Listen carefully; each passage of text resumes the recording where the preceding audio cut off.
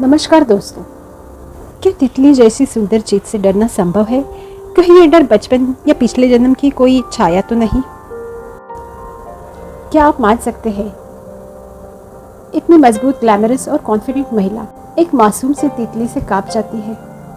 जी हाँ, Nicole Kidman को बचपन से ही तितलियों से डर लगता है। एक बार उन्होंने बताया था कि वो जब भी तितलियों को देखती थी, खासकर नीली तितलियों को, उनका दिल जोर जोर से धड़कने लगता था। वो कमरे से बाहर भाग जाती थी। ना किसी तितली ने उन्हें काटा था, ना कोई हादसा हुआ था, फिर भी ये डर इतना गहरा क्यों? ऐसी फोबिया को हम हल्के में नहीं ले सकते। जब भी कोई इंसान बिना किसी तथ्य या लॉजिक के किसी चीज से डरता है तो यह सिर्फ एक मानसिक समस्या नहीं, बल्कि एक भावनात्मक और आत्मिक संकेत हो सकता है। यही सवाल आज हम गहराई से समझेंगे। तितलियों से डरना क्या सिर्फ एक मनोवैज्ञानिक फोबिया है, या इसका कनेक्शन हमारे पास लाइफ, चाइल्डहुड ट्रॉमा और आत्मा की स्मृति से है? और इस डर से मुक्ति कैसे मिले? क्या इसका कोई साइंटिफिक और स्पिरिचुअल इलाज है? आज के इस वीडियो में हम जानेंगे डर का साइकोलॉजी और न्यूरोसाइंस, पास्ट लाइफ रिग्रेशन में तितलियों से जुड़े रहस्य, चाइल्डहुड कंडीशनिंग और family triggers, real case study जैसे कि निकोल किडमैन की कहानी, और अंत में पावरफुल हीलिंग टूल्स और अफर्मेशंस। तो चलिए इस हीलिंग यात्रा की शुरुआत करते हैं, क्योंकि हो सकता है जिस चीज से आप डरते हैं वही चीज आपकी सबसे गहरे सच को सामने लाती हो। नमस्ते, स्वागत है आपका आर्ट ऑफ वेलनेस चैनल पर। हमने हर वीडियो रिसर्च और पूरी लगन से तैयार किया है, इसलिए वीडियो को अंत तक जरूर देखें। हो सकता है ये आपकी जिंदगी बदल दे। और अगर आपको हमारा काम पसंद आए तो चैनल को सब्सक्राइब जरूर करिए। आपका साथ हमें और भी इंफॉर्मेटिव और हीलिंग से भरे सब्जेक्ट्स लाने की प्रेरणा देगा।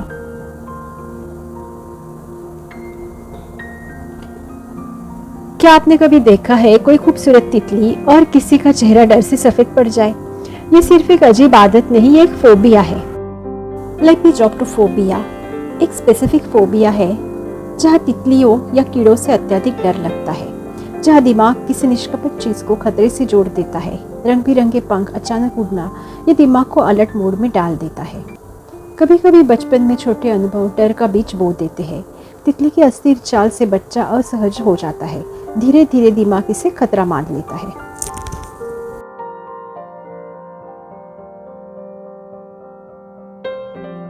और ये फोबिया सिर्फ डर नहीं है, ये हमारी आत्मा का एक दबी हुई चीख भी हो सकती है।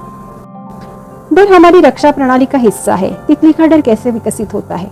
बचपन में अचानक तितली का चेहरे पे आ जाना, तितली की पंखों की आकृति और हरकत दिमाग को कंफ्यूज करती है। उसकी fluttering movement, unpredictability anxiety trigger करती है। और ये डर किसी बचपन की घटना से जुड़ा भी हो सकता है, जैसे कि अकेलेपन में तितली से डर लगना, डरते समय परिवार का मजाक उड़ाना। दिमाग उस घटना को थ्रेट के रूप में स्टोर कर लेता है। बिना किसी कारण के गहरे डर का मतलब है आत्मा का कोई अधूरा अनुभव। बहुत से लोग पास्ट लाइफ रिग्रेशन थेरेपी में ये पाते हैं कि तितलियां उनके पिछले जन्म किसी मौत, डर या संकट से जुड़ी थी, किसी जंगल, बीमारी या जादू या अनुष्ठान का हिस्सा थी। पास्ट लाइफ की इनकम्प्लीट मेमोरी नए जन्मों में भावनात्मक फोबिया बन जाती है। तितली रूपी डर आत्मा को उस बदलाव या सच्चाई से बचाने की कोशिश कर रहा होता है। कभी कभी डर वह द्वार होता है जिसके पार आत्मा को जाना होता है।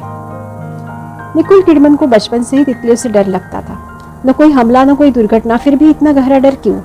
पास्ट लाइफ रिग्रेशन या न्यूरो एसोसिएशन की थ्योरी से ये समझा जा सकता है। थ्रोट चक्र से भी जुड़ा हो सकता है ब्लू कलर। ये दर्शाता है कि फोबिया कभी कभी हमारी आत्मा की कहानी को बयान करता है।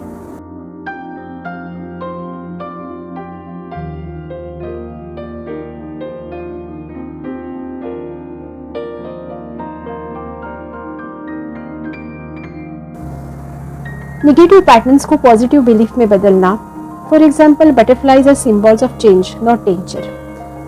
किसी सर्टिफाइड थेरेपिस्ट के साथ पास्ट मेमोरी को रिविजिट करना, डर को पहचानना और फिर उसे मन से बाहर निकालना।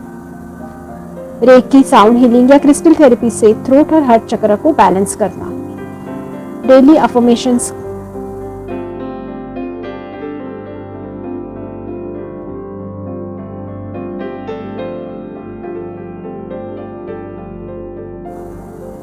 टैपिंग और EFT इमोशनल फ्रीडम टेक्निक से स्पेसिफिक पॉइंट रिपीटिंग अफर्मेशंस के साथ टैप करना। डर भागने के लिए नहीं होता, उसे सुनो और समझो और बदल दो। तितलियां केवल सुंदर जीव नहीं, वो बदलाव की निशानी है। अगर आत्मा डर रही है तो हो सकता है वो किसी पुराने घाव को पकड़े बैठी है। आज उस डर को समझो, पहचानो और कहो अब मैं आजाद हूँ। अगर आप भी किसी अनजाने डर से जूझ रहे हैं तो ये वीडियो जरूर शेयर करें। आर्ट ऑफ वेलनेस में हम हर डर के पीछे छुपे संदेश को समझते हैं। सब्सक्राइब करें और हीलिंग के इस सफर में हमारे साथ चलें। धन्यवाद।